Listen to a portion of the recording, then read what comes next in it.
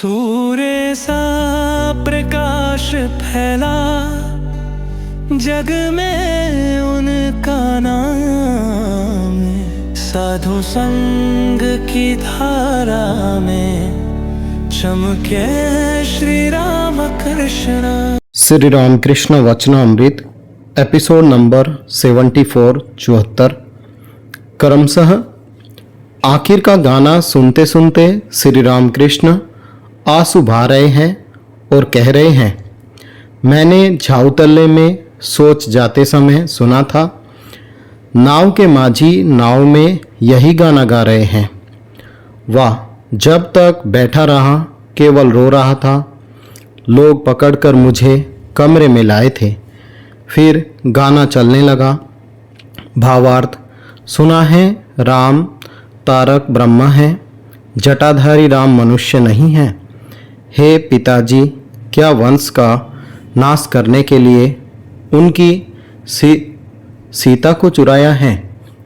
अक्रूर श्री कृष्ण को रथ पर बैठाकर मथुरा ले जा रहे हैं। यह देख गोपियों ने रथ चक्र को जकड़कर पकड़ लिया है और उनमें से कोई कोई रथ चक्र के सामने लेट गई है। वे अक्रूर पर दोषारोपण कर रही हैं। वे नहीं जानती कि श्री कृष्ण अपनी ही इच्छा से जा रहे हैं। भावार्थ रथ चक्र को न पकड़ो न पकड़ो, क्या रथ चक्र से चलता है? जिनके चक्र से जगत चलता है वे हरि ही इस चक्र के चक्री हैं। श्री राम कृष्ण भक्तों के प्रति आहा, गोपियों का यह कैसा प्रेम। श्रीमती राधा ने अपने हाथ से श्री कृष्ण का चित्र अंकित किया है, परंतु पैर नहीं बनाया, कहीं वे वृंदावन से मथुरा न भाग जाए। मैं इन सब गानों को बचपन में खूब गाता था। एक एक नाटक सारा का सारा गा सकता था। कोई कहता था कि मैं कालिया दमन नाटक दल में था। एक भक्त नई चद्दर ओढ़कर आए हैं। राखाल का बालक जैसा स्वभाव है। कैंची लाकर उनकी चद्दर के किनारों के सूतों को काटने जा रहे हैं। श्री राम कृष्ण बोले, क्यों काटता है, रहने दे, साल की तरह अच्छा दिखाई देता है। हाँ जी, इसका क्या दाम है? उन दिनों विलायती चद्दरों का दाम कम था। भक्त ने कहा, 1 रुपया 6 आना जोड़ी। श्री राम कृष्ण बोले, क्या कहते हो? जोड़ी 1 रुपया 6 आना जोड़ी। थोड़ी देर बाद श्री राम कृष्ण भक्त से कह रहे हैं, जाओ गंगा स्नान कर लो। अरे इन्हें तेल दो तो थोड़ा। स्नान के बाद जब वे लौटे तो श्री राम कृष्ण ने तारक पर से एक आम लेकर उन्हें दिया। कहा, यह आम इन्हें देता हूँ, 3 डिग्रियाँ पास हैं ये। अच्छा, तुम्हारा भाई अब कैसा है?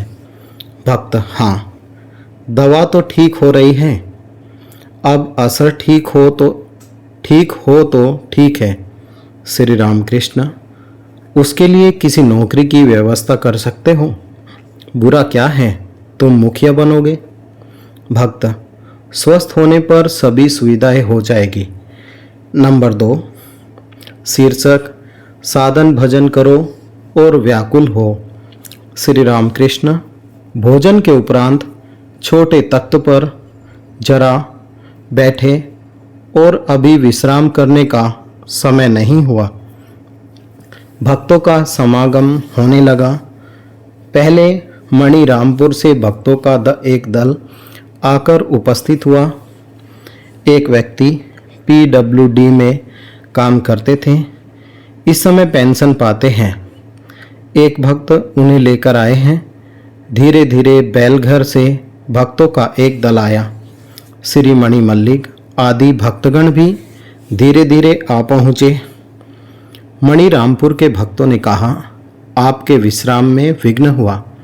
श्री राम कृष्ण बोले, नहीं नहीं, यह तो रजोगुण की बातें हैं कि वे अब सोएंगे। चाणक मणिरामपुर का नाम सुनकर श्री रामकृष्ण को अपने बचपन के मित्र श्री राम का स्मरण हुआ। श्री रामकृष्ण कह रहे हैं, श्री राम की दुकान तुम्हारे वहीं पर है। श्री राम मेरे साथ पाठशाला में पढ़ता था, थोड़े दिन हुए यहाँ पर आया था। मणि रामपुर के भक्तगण कह रहे हैं, दया करके हमें जरा बता दीजिए कि किस उपाय से ईश्वर को प्राप्त किया जा सकता है। श्री रामकृष्ण, थोड़ा साधन भजन करना होता है। दूध में मक्खन है, केवल कहने से ही नहीं होता। दूध से दही बनकर मथन करके मक्खन उठाना पड़ता है, परंतु बीच बीच में जरा निर्जन में रहना चाहिए। कुछ दिन निर्जन में रहकर भक्ति प्राप्त करके उसके बाद फिर कहीं भी रहो। पैर में जूता पहनकर कांटेदार जंगल में भी आसानी से जाया जा सकता है। मुख्य बात है विश्वास। जैसा भाव वैसा लाभ। मूल बात है विश्वास। विश्वास हो जाने पर फिर भय नहीं होता। मणि रामपुर के भक्त, महाराज गुरु क्या आवश्यक ही है? श्री रामकृष्ण, अनेकों के लिए आवश्यक है, परंतु गुरु वाक्य में विश्वास करना पड़ता है। गुरु को ईश्वर मानना पड़ता है, तभी लाभ होता है। इसलिए वैष्णव भक्त कहते हैं, गुरु कृष्ण वैष्णव, उनका नाम सदा ही लेना चाहिए। कली में नाम का महात्म्य है। प्राण अनगत है, इसलिए रोग नहीं होता। उनका नाम लेकर ताली बजाने से पाप रूपी पक्षी भाग जाते हैं। सत्संग सदा ही आवश्यक है। गंगा जी के जितने ही निकट जाओगे उतनी ही ठंडी हवा पाओगे। आग के जितने ही निकट जाओगे उतनी ही गर्मी होगी। सुस्ती करने से कुछ नहीं होगा। जिनकी सांसारिक विषय भोग की इच्छा है वे कहते हैं होगा, कभी न कभी ईश्वर को प्राप्त कर लेंगे। मैंने केशव सेन से कहा था, पुत्र को व्याकुल देखकर उसके पिता उसके बालिग होने के 3 वर्ष पहले ही उसका हिस्सा छोड़ देते हैं। माँ भोजन बना रही हैं, गोदी का बच्चा सो रहा है, माँ मुंह में चूसनी दे गई है। जब चूसनी छोड़कर चित्कार करके बच्चा रोता है, तब माँ हंडी उतारकर बच्चे को गोद में लेकर स्तनपान कराती हैं। ये सब बातें मैंने केशव सेन से कही थी। कहते हैं कलयुग में एक दिन एक रात भर रोने से ईश्वर का दर्शन होता है। मन में अभिमान करो और कहो, तुमने मुझे पैदा किया है, दर्शन देना ही होगा। गृहस्थी में रहो अथवा कहीं भी रहो, ईश्वर मन को देखते हैं। विषय बुद्धि वाला मन मानो भीगी दियासलाई है, चाहे जितना रगड़ो कभी नहीं जलेगी। एकलव्य ने मिट्टी के बने द्रोण अर्थात अपने गुरु की मूर्ति को सामने रखकर बाण चलाना सीखा था। कदम बढ़ाओ, लक्कड़हारे ने आगे बढ़कर देखा था। चंदन की लकड़ी, चांदी की खान, सोने की खान और आगे बढ़कर देखा हीरा मणि। जो लोग अज्ञानी हैं वे मानो मिट्टी की दीवारें कमरे के भीतर है। भीतर भी रोशनी नहीं है और बाहर की किसी चीज़ को भी देख नहीं सकते। ज्ञान प्राप्त करके जो लोग संसार में रहते हैं वे मानो कांच के बने कमरे के भीतर है। भीतर रोशनी, बाहर भी रोशनी। भीतर की चीज़ों को भी देख सकते हैं और बाहर की चीज़ों को भी।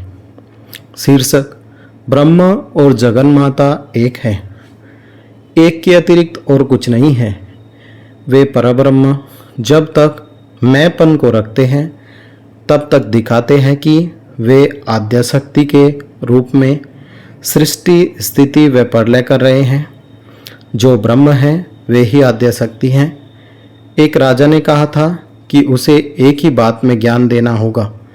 योगी ने कहा, अच्छा तुम एक ही बात में ज्ञान पाओगे? थोड़ी देर बाद राजा के यहाँ अकस्मात एक जादूगर पहुंचा।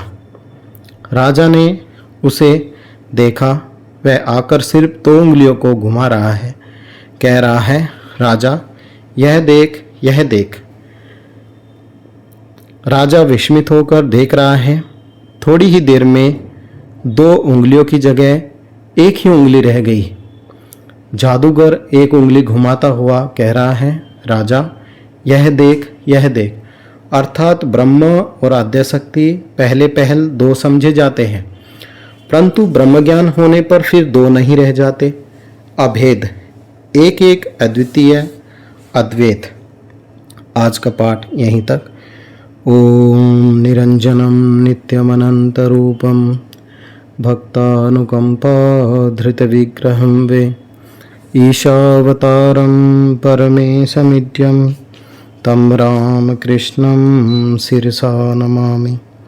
जय श्री राम कृष्ण।